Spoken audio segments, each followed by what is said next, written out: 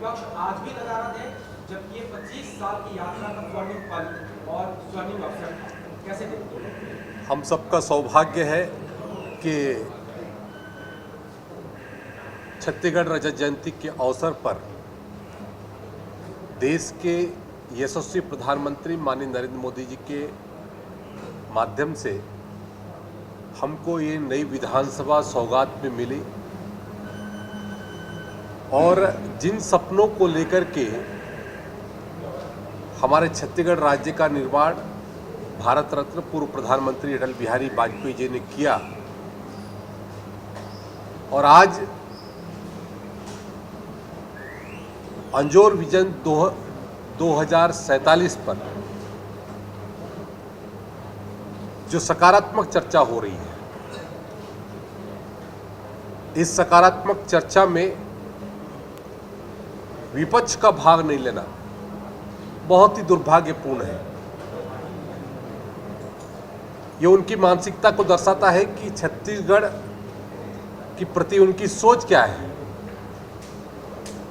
और छत्तीसगढ़ में सामाजिक दृष्टि से हो, आर्थिक दृष्टि से हो, शैक्षणिक दृष्टि से हो, स्वास्थ्य की दृष्टि से हो, उनका कोई भी इस छत्तीसगढ़ के प्रति सोच नहीं है और इसके कारण से वो आज इस पूरे कार्रवाई का, क्योंकि आज प्रथम दिन भी है और उन्होंने इसका पूरी तरीके से बहिष्कार किया है। ये बहिष्कार ये पहला नहीं है, इन्होंने इससे पहले सेंट्रल विस्टा पे जब उसका शुभारंभ हुआ तो उसका भी बहिष्कार किया। भगवान राम का मंदिर बना, उसका भी बहिष्कार किया और अब भगवान राम के ननिहाल में जब हम देश की आज़ादी का 100 साल के अवसर पर हमारा छत्तीसगढ़ किस दृष्टि से आगे बढ़े, इस पर जब चर्चा हो रही है तो आज उन्होंने इस पूरे सदन का बहिष्कार किया है। तो कहीं ना कहीं से जब सकारात्मक दृष्टिकोण से हम आगे बढ़ने की बात करते हैं, जब देश के यशस्वी प्रधानमंत्री माननीय नरेंद्र मोदी जी जब विजन 47 पर काम करते हैं और हमारे छत्तीसगढ़ के यशस्वी मुख्यमंत्री श्री विष्णुदेव साय जी, हमारा छत्तीसगढ़ भी उस विजन के तहत में कैसे आगे बढ़े, इस पर चर्चा होती है। तो निश्चित तौर पे विपक्ष का भी रहना बहुत आवश्यक होता है, लेकिन विपक्ष हमारे इस छत्तीसगढ़ को आज भी एक राज्य के रूप में नहीं देखना चाहता और यहाँ के किसानों के प्रति, यहाँ की महिलाओं के प्रति, यहाँ के युवाओं के प्रति उनकी कोई सोच नहीं है और आज उसी के कारण से उन्होंने इस पूरे कार्रवाई का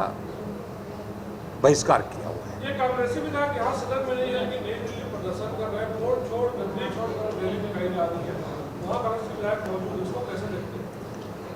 जिन लोगों ने देश पर लंबे अरसे तक राज किया और जिनका पूरा इतिहास, चाहे वो देश के प्रथम प्रधानमंत्री स्वर्गीय जवाहरलाल नेहरू जी हों, चाहे वो स्वर्गीय इंदिरा गांधी जी हों, चाहे राजीव गांधी जी हों, जिनके ऊपर वोट चोरी का कहते हैं आरोप लगा और उन्होंने किसी भी मंच पे इसको असत्य साबित नहीं कर पाए, तो आज जब देश की जनता हमारे भारतीय जनता पार्टी के पक्ष में खड़ी है, नरेंद्र मोदी जी को आज उनका आशीर्वाद प्राप्त होता है और कहीं ना कहीं से उनकी ये मंशा है कि राज्य का मुखिया और देश का प्रधानमंत्री जो घुसपैठिए हैं, जो अलगाववादी हैं, ऐसे तत्व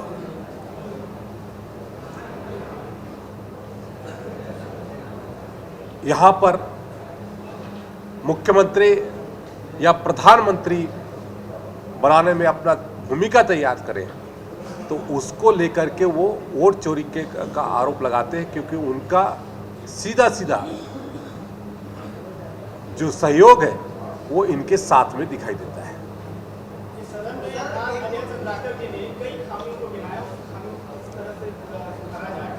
खामियां हैं, किस राज्य में खामियां नहीं होती?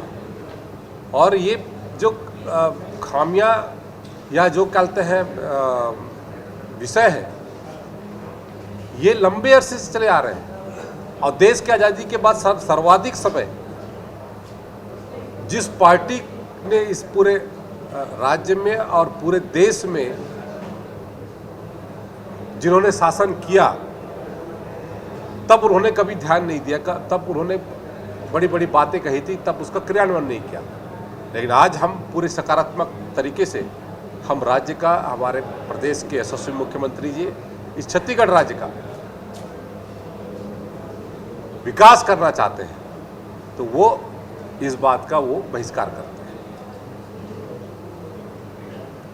ठीक है, चलिए, धन्यवाद।